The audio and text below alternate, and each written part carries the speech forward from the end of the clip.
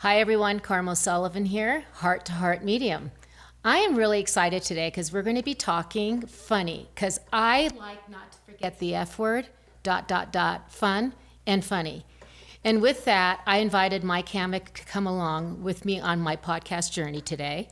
Mike is an up-and-coming comic in the world of comedy. He has won the Colorado Comedy Works New Faces contest.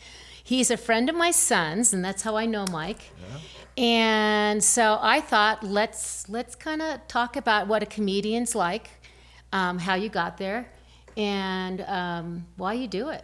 So I'm going to let Mike introduce himself. Let's just go. And Mike, welcome to my lovely podcast. Thank you for having me. I'm Mike Hammock. I'm a comic here in Colorado. I'm based out of Denver.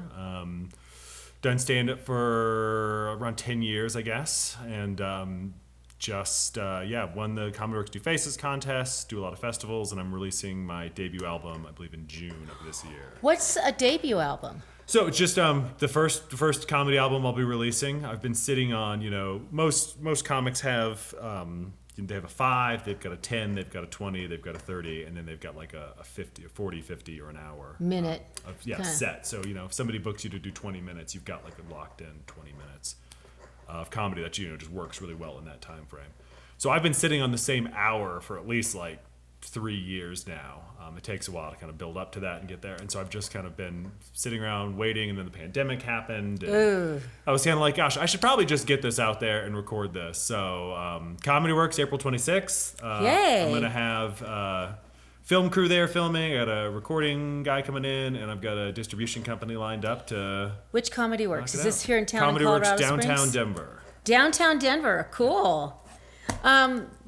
What made you decide to do this venture of being a comedian? Because that is not for the weary or the scared of heart, I would say. I think that's exactly who it's for. Comics are just deep down, obsessively unhappy people, and they are. Really? That's why you get into comedy. If you're happy and everything's going well, you're not taking note of the world around you in that way. Comics are people who are dissatisfied with generally what they see. Everything is interesting, not working out the way it should be, and they've probably got something to say about it.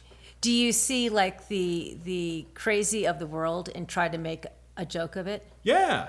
It's the comics, especially now, kind of get a lot of flack for talking about stuff that they're not supposed to talk about. You get canceled for this or canceled for that. Break the rules. Break the rules. But in reality, it's what did John Lennon say? He says, I'm an artist. If you give me a tuba, I'll get you something out of it. Mm-hmm. I'm a comedian. If you give me the worst tragedy in human history, I'm going to make some sort of joke out of it. I'm going to get something funny out of with this terrible thing that's happening to whomever, wherever. So I started comedy. I was dating a girl in college, and I'd always loved stand-up. I watched a lot of it. I listened to a lot of it. And she said, "Oh, my friend Josh Skillman, who was a great comic. He's trying stand-up at this place in Fort Collins, which I think was called The Boot. The whole building's been torn down now. So I thought, oh yeah, I'd love to go see that. So I went and I watched him. And it was like his first or second or third time doing comedy, which means it was terrible, just like everyone's first, second, or third time doing comedy. But I kind of watched it and I was like, oh, that's comedy? I'd always seen like Comedy Central comedy. I was like, I can do that. So Josh, his terrible set gave me the confidence to write my own terrible set. I wrote 3 jokes, and I went back the next week, and I was so nervous, I blacked out on stage. I don't really remember doing it, but I remember getting like a laugh on one joke. So I threw out the other 2 jokes, and I wrote 2 more jokes, and I came back, and I just kept doing that until I got laughs on all 3 jokes, and then just kind of never stopped. I got my first paid gig. I got $20 to do 5 minutes at another bar in town, and then that really set me off. I was like, I can get paid to do this. Like, I can drink here all night for free and get $20 at the end just to tell jokes. And so, then I've just kind of never stopped. Do you feed off the energy of the audience by chance? Yeah, like a vampire. Yeah. Comedians just take and we take and we take. Yeah, I get that because from my work, I get up in front of audiences and read people, their loved ones who are dead, coming from nothing. Like, let's bring Uncle Murray in, who's over there. Mm-hmm.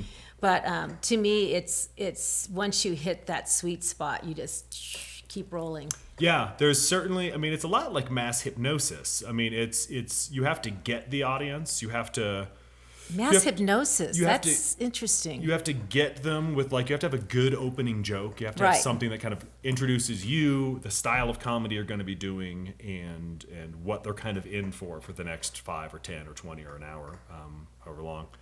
And then if that hits really well, the opening joke is key. So many comics go out and they're like, "Oh, hi, I'm so happy to be here. Thanks for having me. Give it up for your host." And there's kind of the audience is like, "Okay, waiting." So you got to jump into it. And then if you get them, there's a point.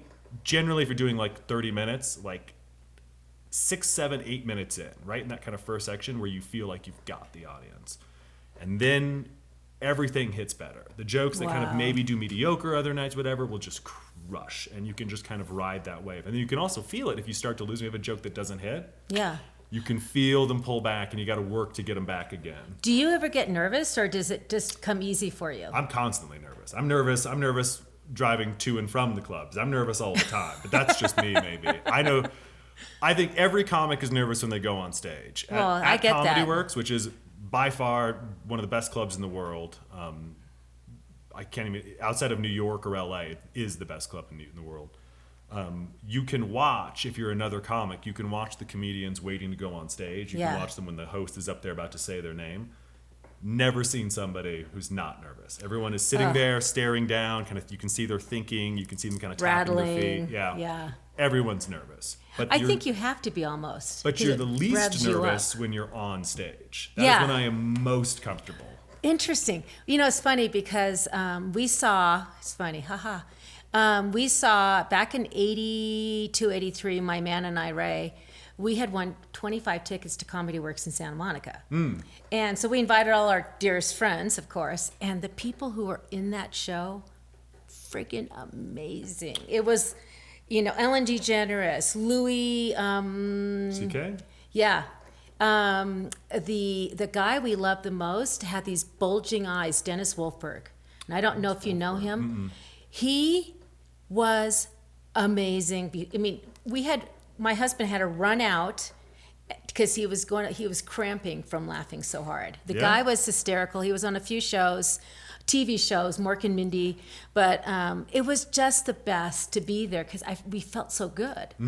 And so it was, and then the main guy who happened to show up, he wasn't the main guy, but he wanted to try new material, I cannot think of his name, but he was the guy who was killed in the car accident driving. He would spit when he would talk. I mean, he would yell and scream. And Sam Kinison? Yes. Sam Kinison, yeah. Saw Sam Kinison. He just happened to show up that night. Wow. So that was really amazing. But I've always appreciated comics since then. And funny story, I think I can say this. I hope I can at least. My husband he followed Dennis Wolfberg from that point on because he loved him. And so we saw him on a couple of TV shows and stuff. And, so we saw him, he came up to Sacramento where we were living. So we made sure to go see him. So the funny thing was my husband's flying on a plane one day and he's sitting next to this woman and she tells him she's a comedian. And he's like, "Oh my God, I have this one comic I just follow. He's amazing." And she has this cute little baby on her lap, but not so cute, but kind of interesting. And he says, the guy's not a good looking guy. He has bulgy eyes and not a looker. And then he looks at the baby and the baby looks kind of like him. It was his wife. Oh, wow. That's wild. And he's Ray's backing those words up.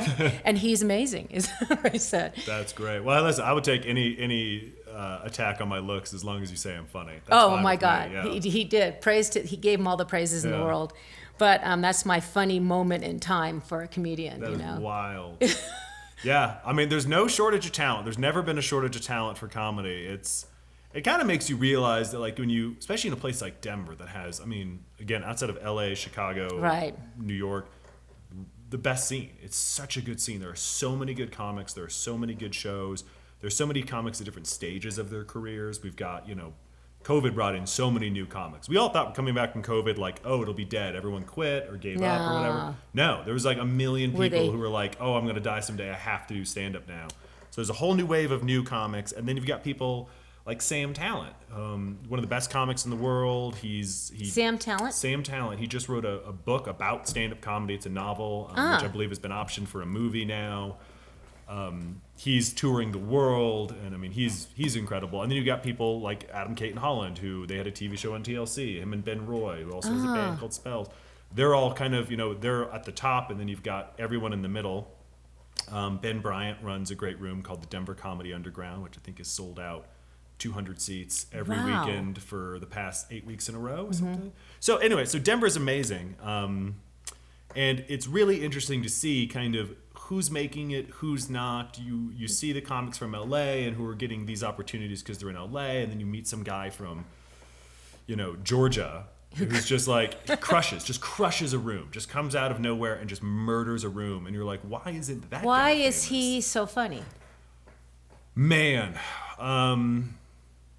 that's impossible to say. Why are people funny? Because I've seen super funny people bomb. And it's like, well, they weren't funny then. Why That's weren't they? true. And the comic will say, no, they are funny. It's a bad audience. I say the audience was a terrible crowd tonight. Well, that's what the comics will say. Yeah. The comics will say, the audience will get done and be like, that guy was awful. Oh my gosh. And every comic goes through that. For some reason, that's why I think it's like mass hypnosis. If you don't cast that spell early, and you mess it up somehow, you've lost them for the rest of the time. Well, I think, you're right. I remember seeing Robin Williams in Vegas, and he really wasn't that great that night.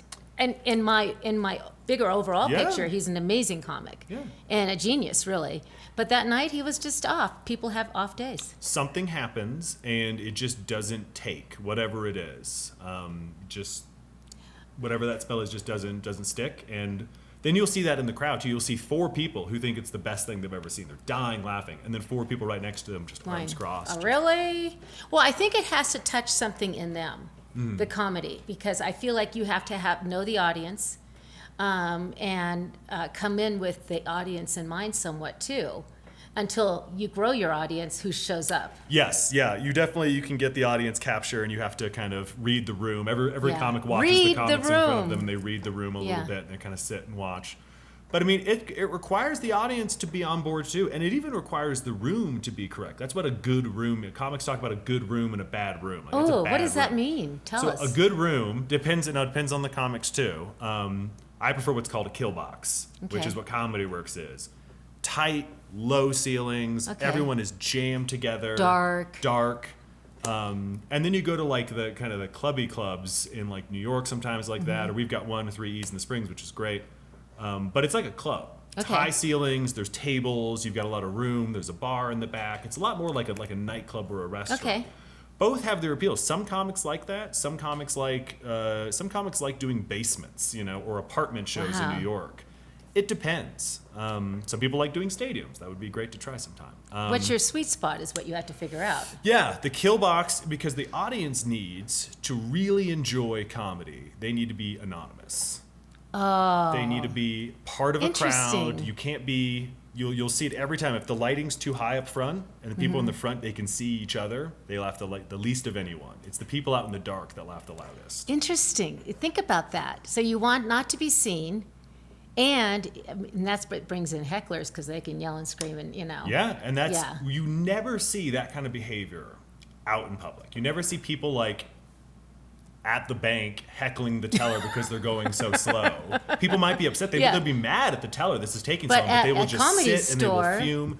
But if they can be in the dark, if they can be kind of out of sight and part of a crowd of people, there's no limit to what they'll shout at you. Well, it's kind of like the internet. It's the exact same principle as the internet. Yeah, I mean, if you get one person, you post something, and they can be anonymous and be mean. They're going to be mean. But with that anonymity and that meanness also comes the freedom for them to really enjoy the things that they actually enjoy. Interesting. So good comedy comes from clubs where the audience dark, the lighting. That's why every comedy club, dark lighting. Every comedy club has the servers kind of just working quietly, moving through there. You don't have to get up and go to the bar. Nobody stands out in the crowd of a comedy club. Love that. And people really, really enjoy it. So I like dark humor. I mean, I grew up in a family that was very, and this is my immediate, not my family now, but my younger years. My family had we had mental illness. My mother was crazy. And so the only way we got through it was to make fun of the situation and find the funniest thing. The worst thing that happened, we made it funny. So like you said, that's how we survived. Because we couldn't cry, so we laughed. And that's what I love comedy. I like to be funny, and I love comedians. That's so both of my parents are, my dad's a psychologist and my mom's a family counselor. And I often think that this is being funny and having dark humor that kind of like pokes fun at them, and kind of they had this very great, nice, stable childhood, and I just go around kind of poking holes in it. That's how I survived, having such a stable, loving household. Have they come to see your act, and what is your act like? My act has changed. So I started in college. Okay. One of the 6 years I was in college, in and out. And my mom, the first time she came, it was all filthy, just sex jokes and stuff like that. Because that's what everyone in their 20s, especially new comics, write about. Yeah. And she was very nice. My mom came to the show. She listened to the whole 10, 15 minutes I did. We got done. She came up. She goes, Mike, you were the funniest one. All the comics. And then we didn't talk for a month. And was she just processing? I think she was just like, I'm here to support my son. I'm here to support my son. I'm here to support my son. I am not it's hearing this. Or it's this. drugs. It's this or it's cocaine. Like this is the better of. My dad was like, that was great. Good job. Everything like that. That was all fine. But my mom was clearly just like being disturbed, being a maybe. good mom. Being a good mom. And now I think my set's gotten a little bit more sophisticated, a little bit more just grown up. What is your style? Talk about that, because I have not seen you yet. Sure. You've never seen me? No, I gotta come come see out you. to one of the shows. God, 9:00 is my bewitching hour. Listen, I'm 36. 9 o'clock is my bewitching hour at this point. I don't even remember some of these shows. But what's your style nowadays? So that's tough to say. I mean, there are comics. There's like one of the best comics I know is a guy named Derek Stroop. He's from I think Alabama, and he shouts his entire. For an hour he will shout his entire set. Like Kinnison. Kinnison shouted. Same energy as Kinnison, but much more like positive. It's all about how crazy it is to move to Colorado as a Southerner and all this. I've got There's a a lot of little good jokes for that one. I've got a little bit about growing up in the Springs, a little bit about dating and sex, a little bit about politics, and so I don't have a style. People compare me. They compare the way I kind of do my set a lot to John Mulaney, just kind of the way I talk and my cadence and my tone. You have a great voice. Thank you. You have a great voice. Thank you. And then my I also get compared to Anthony Jeselnik just because a lot of my jokes, like the turn at the end of the joke, is pretty dark. I like a good twist. I grew up in the Springs, so I like to have kind of a dark edge to all of it. Do you have a joke you could say now? Yeah. I'm from a very conservative Colorado Springs family. My grandparents were married for 62 years. They died 4 minutes apart. No. Yeah. Sounds super sweet. Doctors tell us that's very common in murder-suicides. Okay, yeah. I will laugh. That's hysterical. That's my opener, and that kind of sums up the rest of my entire Oh set. my God. I have to come see you because I will be one of your best April laughers. 26th. April 26th. April 26th, Wednesday night, Comedy Works. Wednesday night. I'm going to have to get tickets. And actually, you know what? I think Jay and JoJo already have you locked down to babysit for them. I think they're man. coming up. I think you're already locked in. Hey, I want to make sure. because I know, yeah. I do a lot of work at Looney's and 3E's down here. Oh, really? I'm actually doing, Pikes Peak Brewery tomorrow. Oh, you really? Yeah, in Monument. Ah. So, yeah. A lot of opportunities. Pikes Peak, at what time? I think there's a 4 o'clock and a 7 o'clock. 4 o'clock. I can make that one. I've never done it before, so I have no idea what to expect. In Monument, too. That's a pretty conservative crowd, I'd suspect. Well, see, honestly, it's so funny. It's the conservative crowds that generally give you the best response. Yeah. Because there's not a lot that bothers them that you would think classically is, they're going to get... Nobody's getting canceled by the Christians anymore. That was the 90s and the 80s. That was when, Goosebumps were being burned in the streets. Now they've really chilled out. Yeah. Now it's they're kind of secretly the ones that want to laugh at a lot of stuff. We need a little humor in our they're all lives conservative nowadays. all day long. They get a couple of drinks in them. They want to hear some jokes. Yeah. It's younger people that are more of kind of like the tougher crowds now. Really? Yeah. Interesting. You hear Seinfeld and Chris Rock. They don't do colleges anymore just because they're like, it's just not worth it for us to put up with that. What kind of humor are they looking for? There's a real debate right now as to what stand-up is. Dog. There was a special release called Nanette a little while back that was like stand-up, but it was intentionally like, this is going to be funny because stand-up doesn't have to be funny. And that created a real issue with comedians everywhere. And this is going to be funny, but it doesn't. No, it's not going to be funny. It was like intentionally kind of like, I don't have to be funny for you. This is what I think stand-up is. And everyone's kind of like, why does this exist? And to be fair, I didn't watch all of it. I've just seen clips from it. I didn't really bother with it. But there's been a real question as to like, what do people want? What's acceptable? What's not acceptable? Is comedy? Can you say anything in comedy? Can you say whatever you want? Can you shout slurs during comedy? And that created this question. And my general opinion is, comedy is magic. Right. I like that. Comedy is magic. You can't punch down when you're doing stand-up because you're by yourself on stage. It's you versus a crowd of people. Right. And you should be allowed to say anything you want. And the only people who get to decide if you're going to be punished for that is the audience there right then.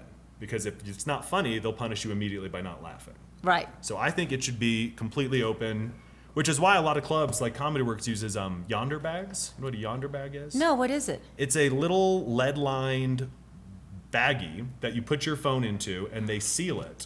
And then you can't use your phone while you're at the club. So they can't tape you, which is good too. They can't tape you, they can't record you, they can't also they can't just look at their phone. I've done so many college shows where you're just sitting there and every college kid is literally looking at their phone. They're not present. Not present at all. That is my biggest beef with people, is being present in the moment. Yep. Because, and I'm guilty just as among anybody else. So there's moments that phone's like, you know. Yeah. And yonder bags. Oh my so gosh. yonder bags are I very want one of those. Yeah, listen, I'm gonna have one for my kid here. It's great. It's just a little RFP bag that just doesn't let a signal in. And so at the end of the night, they get done at the club and they line up and they unlock their phones or they unlock the bags and they're out the door. That's amazing. Yeah. Very interesting. So that provides all the safety for the comics and the freedom to say you can say whatever you want here. If it's not funny, if you cross the line, the crowd's going to let you know. Well, you know, I mean, it takes risk to be funny, first off and foremost, because you have to get on that borderline. Yeah, if you're scared of going too far, you won't go far enough. Yeah. And you do see that a lot with young comics today. They're very just kind of like, sometime there's 1,000 different variants in this, but you saw people kind of stop talking about everything else and everyone just started talking about sex. Comedy for like 20 years has just been nothing but dirty sex jokes. Yeah. And that's a result of everyone being too uncomfortable to make jokes about politics or make jokes about race or make jokes about religion because they're so scared that somebody's going to pop out of the internet and ruin their life. Well, and that's a sad case of affairs because I think what the cancel culture right now is if you're not saying exactly what they want us to say, you're in trouble. Yeah. And they can ruin your life. Oh, yeah. And I've seen it. But in the same point, I mean, we have to stand up for for freedom, really. Yeah, and I think comedians are, they're the canaries of free speech. Yeah. They're the ones, if the comedians... Comedians in the coal mine? I get, you can't say some stuff at work, and that's probably a good thing. It's probably a good thing we've tamped down on some of like the just wild shit what people would say together in the break room. Yeah. But as long as a comedian can say whatever they want, then we're fine. When that starts changing, then we're all in a lot of trouble. Well, because you go there to push the edge, and people want to see the edge pushed, and they want to laugh about the shit the stuff that's going on right now that doesn't seem right, but you want to laugh at it because it takes that edge away from you too. Yeah, well, that's the whole point is you're going to hear something kind of shocking and funny, and then it's not even like my entire set are my devoutly held beliefs. That's something I think you see in a lot of people is we've had this kind of turn in celebrities where it's like, not only are you famous for being a good actor, you have to embody everything I believe in outside of acting. Right. So you've got to be at the marches for this, and you've got to donate money to this cause. You've got to promote that. Yeah. You've got to share this whatever thing on Instagram, whatever the new thing is right now on Instagram. And if they don't do that, then they kind of like, people start like kind of warning them like, hey, why aren't you supporting blah, blah, blah. And it's hard in the community, in Hollywood community right now. Yeah, but that's not comedy. If I think of something that I devoutly disagree with, but it makes me laugh out loud for some reason, I'm gonna say it. I'll sell it to you like I really believe it, but it's not necessarily my religion. Yeah, exactly. Like, it's funny. I was my grandmother hates that murder suicide joke. She is really upset that I'm still telling that murder-suicide joke. Oh, I just think it's hysterical. No, well, she was. Now she's dead. But I'm sure she's going to come through and stop. Yes. Yeah. Can you stop that? No, but I saw Roseanne Barr. I watched her show, and she's funny. She's hilarious. She's I found her to be funnier than crap, as she always was. But there's some moments you kind of cringeworthy on it. I didn't see it. I know what you're talking about. I'm sure there are. Anytime somebody comes in through comedy in response to some like attack on them, some disaster, it very rarely ends well. The only exception is probably Dave Chappelle with his. Oh God, I love Dave Chappelle. I don't remember. It wasn't Birdman. It was whatever he's done like 4 in the past year. But anyway, he's the only person I've ever seen like come out of like a controversy and just like his response was so good. Well, you know, it was funny because the show, she comes out and talks about the cancel culture, and she had moments super funny. I felt like, and there were some moments like, that's okay. Because I like to laugh, and I want to laugh a lot. Yeah. And it was fun to see her, though. I mean, I decided I'm going to watch this and see what's the story. Yeah, and I think people can tell. I think people can tell if you're telling a joke and you are coming at it from like a place of love. If you're coming at it from like, I genuinely just think this is like a funny idea. People will give you a bit more of a pass. They'll kind of let stuff slide. If you come out like we know Roseanne Barr's whole story, and like she comes out and she's like, I'm gonna tell you how it really is. I think you can see like she wrote some of these jokes. She's funny, but she wrote them kind of angry. Yes. And that doesn't translate very well. Well, you know what's really funny is at the very ending of that show, she wrote, and I thought it was the funniest part of the whole show. She wrote letters. She said her suicide notes. I was howling at her suicide notes. So those were funny. But the rest of it was, it was good in some parts, and other parts were cringy. That's my opinion. I still love her, and I'll probably go watch her again. Yeah, and I mean, hey, not everyone has a good... I support the underdog. Not everyone has a good... Every special is not going to be amazing, Nah. Sam Kinison had one good special, and then the following 2 were trash. Yeah. Sorry, Sam Kinison fans, but yeah. Well, he was a character in his own, being. Yeah. And some people you need to see live. Some people are only really, truly, you're never going to get it unless you see them live. Like... well, Robin Williams, seeing him on stage and probably on TV, he was freaking amazing. Steve Martin. Steve Martin is one of my favorite actors, comedians God, I love in the world. him. So great. I grew up with Steve Martin. Dry Sergeant humor. But watching his like tapes from the 70s where he's doing comedy specials, like I think it was Commercials was the name of it or something, just stand up or just doing the banjo and the stand up. You can't translate that to the screen. That's going to be, you have to see that live. You have to be there and feel and it's the energy of the room. Yeah. Seriously. I mean, all things energy in my mind. Yeah. Have you ever walked into a room and felt the energy and going, shit, this is going to be bad? Oh, yeah. Yeah. You can, you can have comics killed. It's called killing the room in front of you. So you walk in after another comic and they're like, everybody's like. Yeah, you'll watch a comic like their first joke bombs. And then, like, you can see kind of the panic in their eyes a little bit, and you can see them like go for the second one, and then that bombs, and they're like, "Oh shit, I've got to drop my entire set." And so they start trying things, and then they get to the end of their set, and they've never really hit, and then they keep going. There's the terrible thing with comics when if you haven't got a laugh or a good one, you keep going thinking you're going to get it back, and it just digs you deeper and deeper. Like, there's the grave. It's 10 feet now. It's 20 feet down. And now the next comic doesn't get a start from flat. They have to jump into the hole you just dug, and they have to climb out just to get back to normal. And that's, it's called killing the room. And every comedian who's done it for more than a year can feel that in a room. So I have to say, you see this comedian coming in before, and you're like, oh man, this isn't going to be good. Like, I don't want to go after him. Do you have those moments like it's going to happen? Yeah. I used to be part of a group called the Four Horsemen. It was me, a guy named Eric, Josh, and Mitch, and we were all just kind of comics around the same time. We were 2 or 3 years in, and we just booked together. We just said, you can book all of us and book the whole show at once. And Eric, God bless him, would just walk rooms. He just thought he was the edgiest. He thought he was Sam Kinison. He thought he was George Carlin.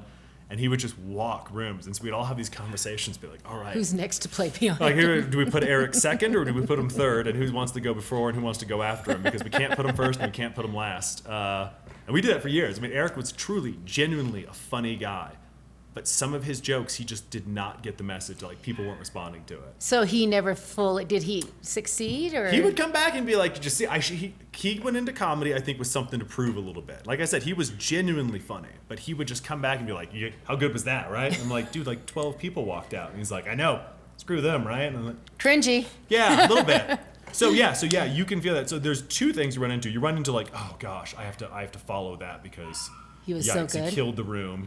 Or it's, gosh, I don't want to follow same talent, There's something that happens when it's called the feature buries the headliner. Yeah. It's when the feature is funnier than the headliner. Yeah, I've seen that. And that is That is so tough to watch. You see that at clubs all the time, where there's like somebody who's been famous for a long time will roll through, and they're like, I'm just in Denver, who cares? I'm just in Springs, who cares? And the feature is this young, hungry comic who really wants to do it. And they've been putting in, 3 shows a night, 5 nights a week for the past 2 years, and they go up and they murder, and the crowd is dying. And then the headliner gets up there, and they were just going to tell like some funny stories, and it's awful. Oh my God. I could see that happening very easily. And that makes you'll see every comedian just sitting there, just like, people will get up and they'll go smoke because like I can't stand that energy. Well, you know what? I want to leave the room. I want to run away screaming. So, yeah, I still occasionally smoke cigarettes, and it's only at comedy though. That's so funny. It's not from nerves. It's just like I can't sit there and watch that happen to people. It makes me so uncomfortable. And by the way, the barking you hear in the background, that's my dog, Charles Barkley. It's a great name. He is. He's all of 7 pounds of fluff, but he's not a friendly soul. So Love it. yeah, he's a little bit voicey. On that note, what are your aspirations for this? I know you have a job by day. Is that correct? Yep. And what is your aspirations for this? It's so funny. Growing up in the Springs, very conservative family, I never considered like show business could actually be a career. And there was no podcasting, there was nothing like that, didn't really exist. When I was in high school, kind of YouTube started to be a thing, but the idea that you could like make money off of the internet like that, it just wasn't a thing. And then I just really struggled in my early 20s. I just didn't have any direction. I didn't know what I was doing, so I was dropping in and out of college back and forth. And then I kind of found stand-up, and I just kind of discovered I was pretty good at it, and I just kind of used that. That just kind of got me through the terrible sales jobs, and that got me through terrible relationships, and it was my one consistent, constant thing I had that I knew I could be good at it, I could go do it, and I could enjoy it.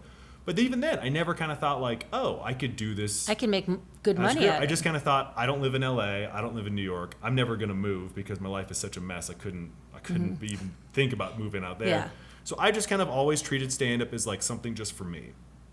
And then I've kind of, risen up the ranks at the clubs, and I've started to do some festivals, and I've gotten some good opportunities. And so I just kind of I've started to be like, all right, what am I going to get out of this? I have, another kid on the way in August. Very exciting. Very exciting. And so I'm going to like... I heard that, by the way, through the grapevine. Yes. And so I was like, well, okay, I'm probably going to have to take 6 months off when this kid gets here. And 6 months can sometimes be a death sentence for comedy. I mean, it takes a lot to come back to it. You have to be doing it all the time. So I'm just getting a little notation here. And interesting thing is Wolfberg, he was a teacher by day, and New York dude. Sure. And he had this buggy eyes and he had this weird tongue movement, but he told stories about his family and the hilarious parts of raising, being a teacher by day, comedian by night, and family by the middle. That's a real thing. You might be getting some good stuff with that, there's a great comedian. He owns a club up in Fort Collins, Dave Rodriguez, and he he's had kids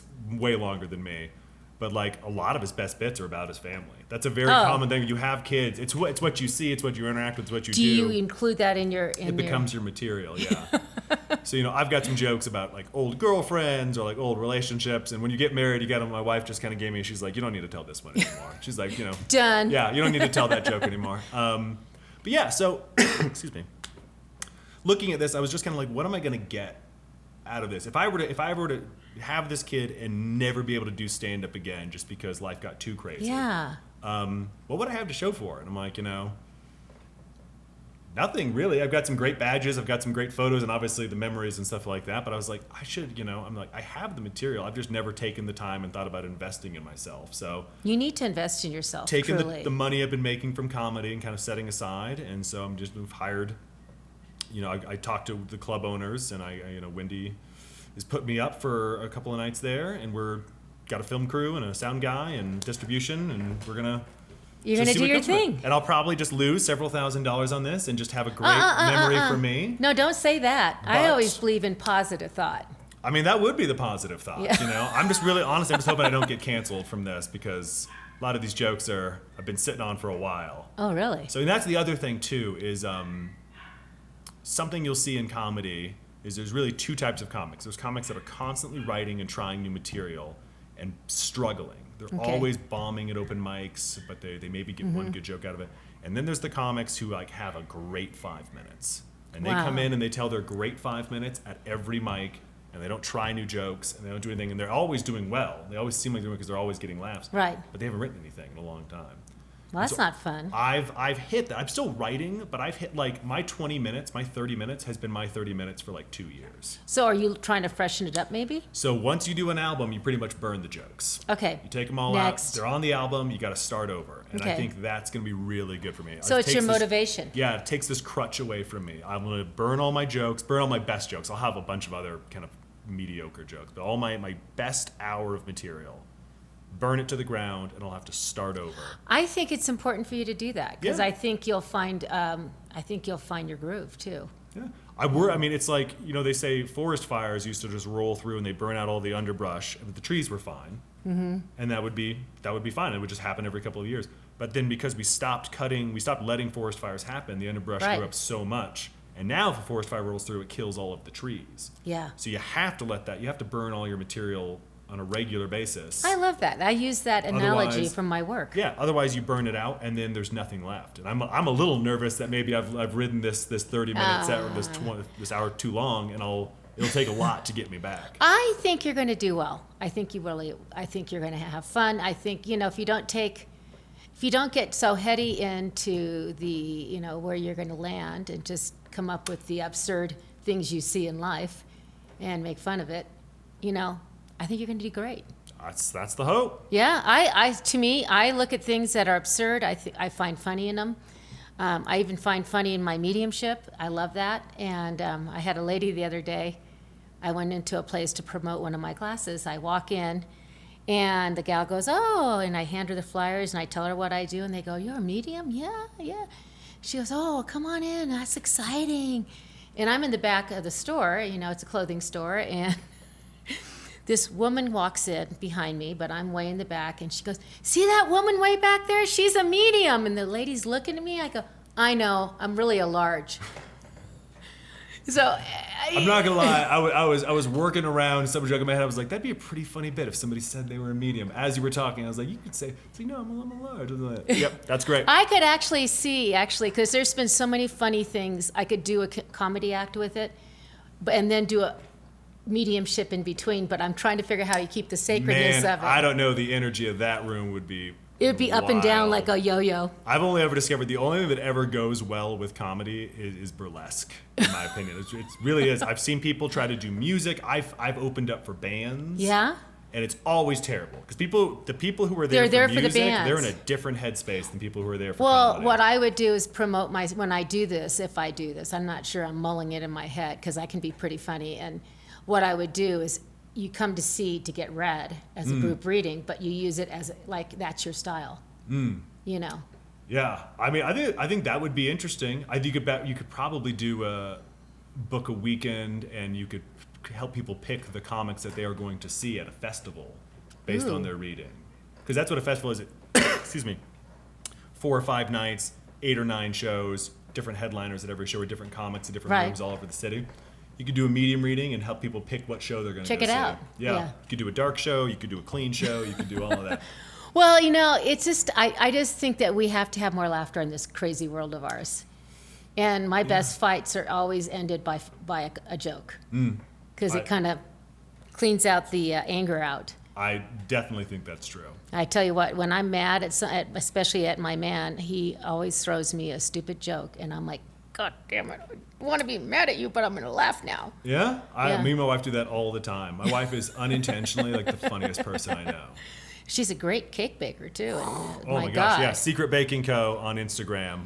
She's amazing, and they're stunning. And they taste good, too. They taste as good as they look. They are incredible. So because we've had our kid for the last 2 years, she still does maybe a cake or 2 a month. Every couple of weeks she'll get an order for a wedding or a party or an anniversary. And she enjoys it. She really likes it. But my son, our friends got him a little fake mixing machine, and so he stands on a little tower next to her and helps her bake. I love that. But she hasn't been able to do as much or post as much because she's pregnant. as she wants to. Yeah, she's pregnant, and the kid takes up a lot of time. But hopefully, after this second one, we will get her back out there and get that rolling as a full business. Well, again. you have a lot of life going on in your family. Gosh, yeah, so much So life going on. probably in my give you family. more material too tell your kid, do that so I can talk about it later. It's so funny. The things I think are funny are generally so abstract, or it's like it'll just be a little seed of something I heard somebody, or I'll remember it from a year ago. I'm so rarely. There are comics who can do that, but I'm so rarely like, oh man, I'm going through a divorce. I'm gonna go talk about it on stage. Like that's just not. It's not my writing style. And I know the comics that can do that, but just for me, it's very. I write either by hanging out with other comics at a club and you have a couple of drinks and you just say something funny off the cuff and you think, ooh, that's good. Or I get into my car and I turn off the radio and I just drive and I just sit in silence. And something funny will happen to me. That's meditation. Yeah, the theta brainwaves Yeah. that you get into from highway hypnosis. Yeah, that's a meditational state, So I can drive between here and Denver. I'll generally get something good. Oh my I'll get God. Some idea, some thought. Do you ask for above, hey, give me something here because I'm looking, or you just kind of just floats in? I don't know. I grew up in the Springs, and I don't think God's a huge fan of a lot of my jokes. So if I'm getting help from somewhere else, it's probably laughs. not the Lord. I have to believe that. I think they have humor up there. I have to believe it. Yeah. I'm not one of these people. I mean, I grew up in the Springs. I think laughter is for everybody. I think we you all can. listen If to you it. can't laugh at yourself, why are you laughing? Yeah. You got to laugh at yourself first. But yeah, it's generally I just kind of turn off my brain and I just let my mind wander. And then all of a sudden it just something funny will floats. come up, and then I'll just kind of find myself kind of like chuckling at something, and then I'll almost kill myself trying to write it down driving Oh, on Jesus. I-25. Well, it's creative, I guess. They're focusing on it, and you're just asking it for it to come in. Yeah. But the plus side, most of the time when I think of a joke, like I'll say it once and it'll generally like work. Like if I actually think of a joke, it really generally like works. I don't have to try it out a bunch of times. Like the way I say it the first time is like It's it. the way I say it. So there's benefits. I know comics that like have an idea and it's a good joke, but they just can't make it work, and so they go and they rewrite it and they come back and they try it again. By then it's dead. But then sometimes, no, I've seen comics take a joke that bombs and bombs and bombs, but they believe in themselves and they know it's funny. So they keep tweaking. And they keep tweaking it and they keep trying it and they get it, and it becomes a crusher. It becomes my gosh. so good. That's I don't amazing. have that ability. So if but- it's once or none. Yeah, but a lot of those comics can't just write a joke the first time. They have to start with a little idea and build it and try it and fix it and all that. So I love that. There's pros and cons to both. I love it. So you're going to be appearing at Comedy Works April 26th. And you're around town too. How do they find you? Do you have a... The best way is to follow me on Instagram, the Mike Hammock, Hammock on Instagram. Instagram? Yeah, I used to have a Twitter, and then I got locked out of it, and then I just gave up on social media. I've never put enough work into social media. So It's all about social media. I hate to say it. It I is. just never liked it. I've never enjoyed it. I've never enjoyed what I get from social media, like the feelings I have after I it. get it. So I I've know, just I kind get of it. ignored it. But now I'm like, I gotta promote an album, so what am I gonna do? So yeah, Instagram's the best way to find. I've decided Instagram is the most positive thing on the internet that you can reasonably get. So the Mike Hammock on Instagram. Okay. Yep. So we're going to find you there. Yep. And any last words, thoughts? Thanks for having me. I enjoyed our conversation today. Yeah, this was really nice. I feel like I've tried to bounce around with different people to get a different flavor of, because I like energy, and this is an energetic talk on I think funny is important in our world. If you can't laugh, why are you here? Seriously. That's how I feel. And Yeah. I can find humor in the weirdest things, so. Well, if you ever want to come out, there's a great open mic in town. There's a couple of them. You can come out and do 5 minutes. I don't know. I might do it as a different thing where I have my clients come and see me and come out with a little couple jokes on top Well, of let's try to get Jay on stage for 5 minutes. Oh, he's funnier. He's funnier Jay's than funny. me. Jay's legitimately funny. Jay is funnier than me, but I think I tell Jay, you got it from me. He's my people always see him and they go, oh, he looks just like you. I go, yeah, mom with the mop. Jay just needs a golf club in his hand, and he is hilarious. Oh yeah, and a beer maybe He's never too. funnier than who's on the golf course. Oh my gosh, she makes me laugh so hard, and that's what I love. So I'm always drawn to people who are funny, and so if you're funny, come see me. We'll have a fun talk. I want to say thank you for coming today. I really appreciate this conversation. Thank you. And I have I'm going to do a little promotion. I have a class coming up, the Intuitive Heart Self Raise Your Vibration class. So if you want to learn how to be more trusting of what your gifts are in intuition, it's going to be March, I think it's 18th and 19th. You can go to my website, or you can contact me via my website or via my text, and I think you can find that on my website. And it's going to be a great class, and we're going to include the heart on the intuition class this time too. So we're kind of shifting a little bit. Me and Sherry Staley are the ones teaching it, and so we have a heart class next week for Living in the Heart. Still one more seat available. If you're interested, let me know. It's going to be an amazing class, how to live at your best heart self and stay in the calm in this crazy, crazy, chaotic world. So on that note, I'm going to say Carm out. Thank you, Mike, and adios. Bye.